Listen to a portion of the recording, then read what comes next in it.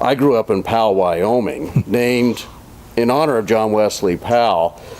And even though John Wesley Powell was never in that area, in the Bighorn Basin of Wyoming, all of us in the community, we really identify with Powell because of his experience through the Grand Canyon. And we really lost sight of his scientific contribution. So was there a frustration on his part that he was seen as this hero that conquered the Grand Canyon, but people were not really appreciating the scientific information he was bringing back? Or was he adept at reaching various audiences? That's a really interesting question because, when he came out of the Grand Canyon, you imagine these men coming out, they were barely clothed, they had just a couple pounds left of flour, they were starving, they had plenty of coffee left, ironically. Their eyes were jacked open from that and what they had seen. He was instantly applauded as this great American hero that had done this incredible feat, after the Civil War. America, loves heroes, and here he was, just tailor-made, one-armed Civil War hero who had done and tamed this incredible, harsh region. Powell, I believe, really felt that the whole business was a failure, ultimately, because he had gone in, all his barometers were broken, the maps that they had done along the way, he wanted to go. His idea to do it in the first place was that this area, of course, in the canyons, was the last jigsaw puzzle of it started with the discoveries of Lewis and Clark some 70 years earlier. He wanted to complete that and actually map the Colorado River, which nobody had mapped through this area, and describe the Grand Canyon. So when all of their, in the terrible privations they had, all of their data was destroyed, all the maps, all the barometers were broken. He came out at the end with their lives, which was great, but not with what he really had wanted to accomplish. So what did he do was to go back and do the river again in 1871 and 1872. So he was dogged that he was going to get it right. That story is not told as much. It's not as exciting as the first one down. They took their time. They got a couple food drops that they worked out with some Mormon guides and some interesting stories there. But then they really did describe it. So then he went on from there to do a survey of the Colorado Basin plateau, and then really move up to helping to found the U.S. Geological Survey and get funding to then map the entire United States, because he felt that self-knowledge. So Powell had an uphill battle all the time. It wasn't clear then how much the government should have been involved in science, or whether that was the province of academic, universities and things like that, or even of wealthy men, that they should pay for that. He was arguing that some of these larger scope things really should be done in tandem with the great minds at the universities, but supported by federal government. And he had as we go through today, difficult recessions and times, so did America back in the 19th century, of course, and had to fight for, keeping funding going for these, the study of geology, and kept having to put it in front of people on why that was important, and why knowing our land and that really, dovetailed right into his advocacy for a sustainable development of the West, not a willy-nilly, and his concerns. He had lost his arm, spilled a lot of blood to keep the Union together. He was very much a patriotic nationalist American, wanting to make sure that the American experiments worked. So he had that on his. And of course, the American West was what made America exceptional at that time in the minds of many people. This vast landscape, this unexplored region. Absolutely. What was that going to be? It was almost like two lands. What was this going to be? Was it a verdant garden? It had been perceived of for so much of earlier American history as the great American desert, just the end of American empire, what came, into the American West, and the British and the Russians, were, and the Spanish were on the other side of that, but that really the American empire ended right there. And so then around the Civil War, that really got turned on its head with ideas of manifest destiny, that this was a great garden. Well, where was it? And how would this was before any novels of the American West or any photographs or any paintings or any descriptions really of the West. There were just these stories of Yellowstone geysers from these, could we believe what these explorers were talking about, these gnarled mountain men, And so Powell was very much a part of changing those perceptions and opening up the ideas of the American West. And you mentioned in your description there two broad descriptions that were bandied about at the time of what this land was like. You mentioned the Great American Desert, but yet then there was this growing notion that it was also the Promised Land. Right.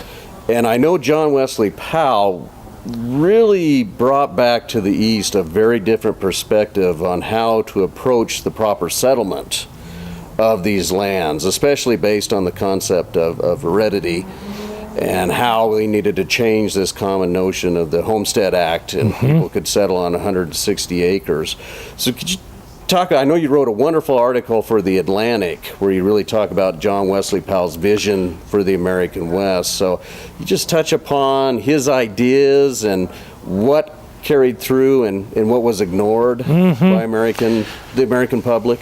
Yeah, absolutely. And it all started, I think, in my mind. I see the very strong visual when in the 1870s he was in front of the National Academy of Sciences, gray beards, the most eminent scientists, and he unrolled a map of the continental United States. And a single kind of clarifying feature was this little wavy line that generally followed the 100th meridian. And it would kind of from Texas up, Oklahoma up to the Dakotas up into Texas. And he said, look at this line, it's an isohydrate. And they said, well, what's that? It's a rain line. And quite simply, from that line east, the land got 20 or more inches of rain a year. To the west, generally 20 inches or less. Now, why is that important? Well, Powell knew that conventional agriculture needed 20 inches of rain to operate, unless it was helped with irrigation or supplemental water. And he said this is a pivotal idea in thinking about how we should think about developing the West. Okay? Because it is a land that is arid. That was evident to a lot of people who had been through, but what he did was he took it some steps beyond that, which is where it gets very interesting, where it gets into his visionary technique. So you mentioned the Homestead Act, you get the quarter section, fabulous idea, 160 acres, worked really well in the Midwest. You're an immigrant, you get 160 acres, and if you can sit on the land for 5 years and prove that you can till the land and work the land, you get to keep it, it's great, it's all part of the American dream. Well, we were kind of automatically thinking after the Civil War that the Homestead Act would work, well in the American West. And what he started saying was, well, let's look at that.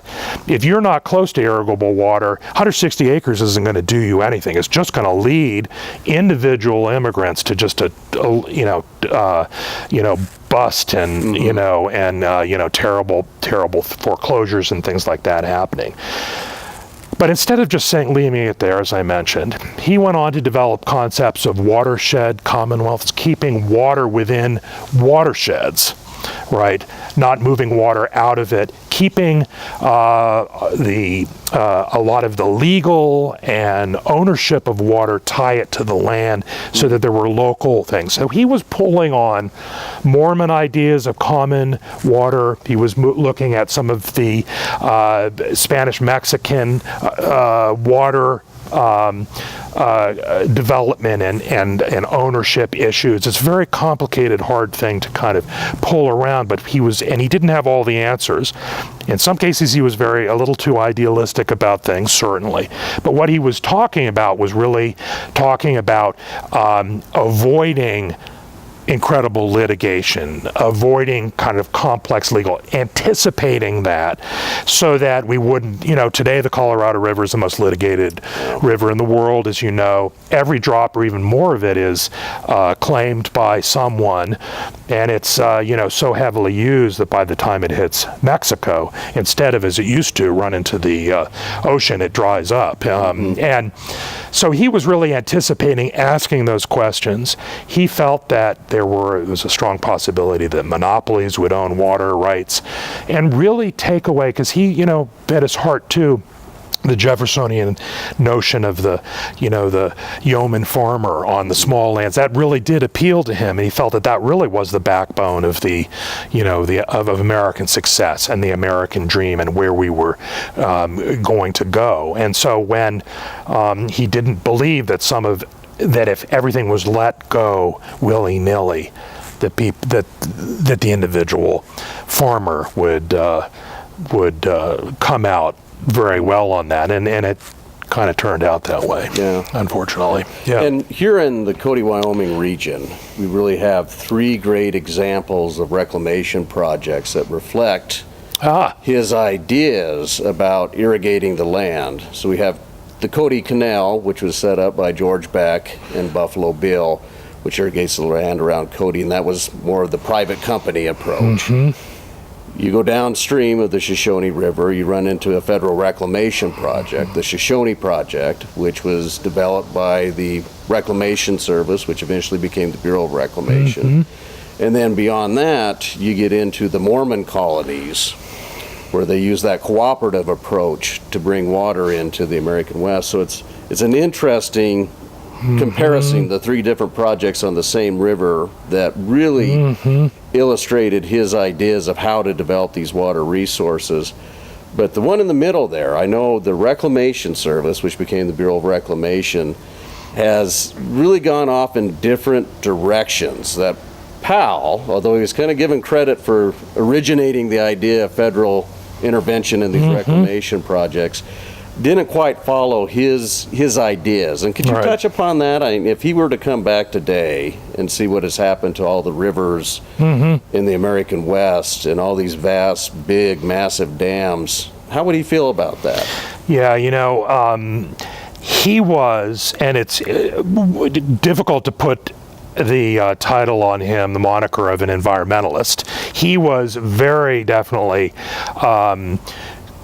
interested in the idea that rivers and water could serve American progress, and that we should do that. So he was in favor of dams and catchment basins and thinking about how to use that water resource so that it wouldn't evaporate, so that it wouldn't run out, and in dams. But I think he would have been horrified if he were back today to look at how every western river was dammed, and at some of the 800-foot dams, and what that has done to really change the dynamics of the water situation. I mean, I know he would not have been happy to see some of the canal projects that move water 300-400 miles across mountain ranges, and shifting out of, so I think he ultimately, and we do see in the American West some of the fastest urban population growth, and he would have been saying, well, let's talk, and I don't see a lot of really clear plans about where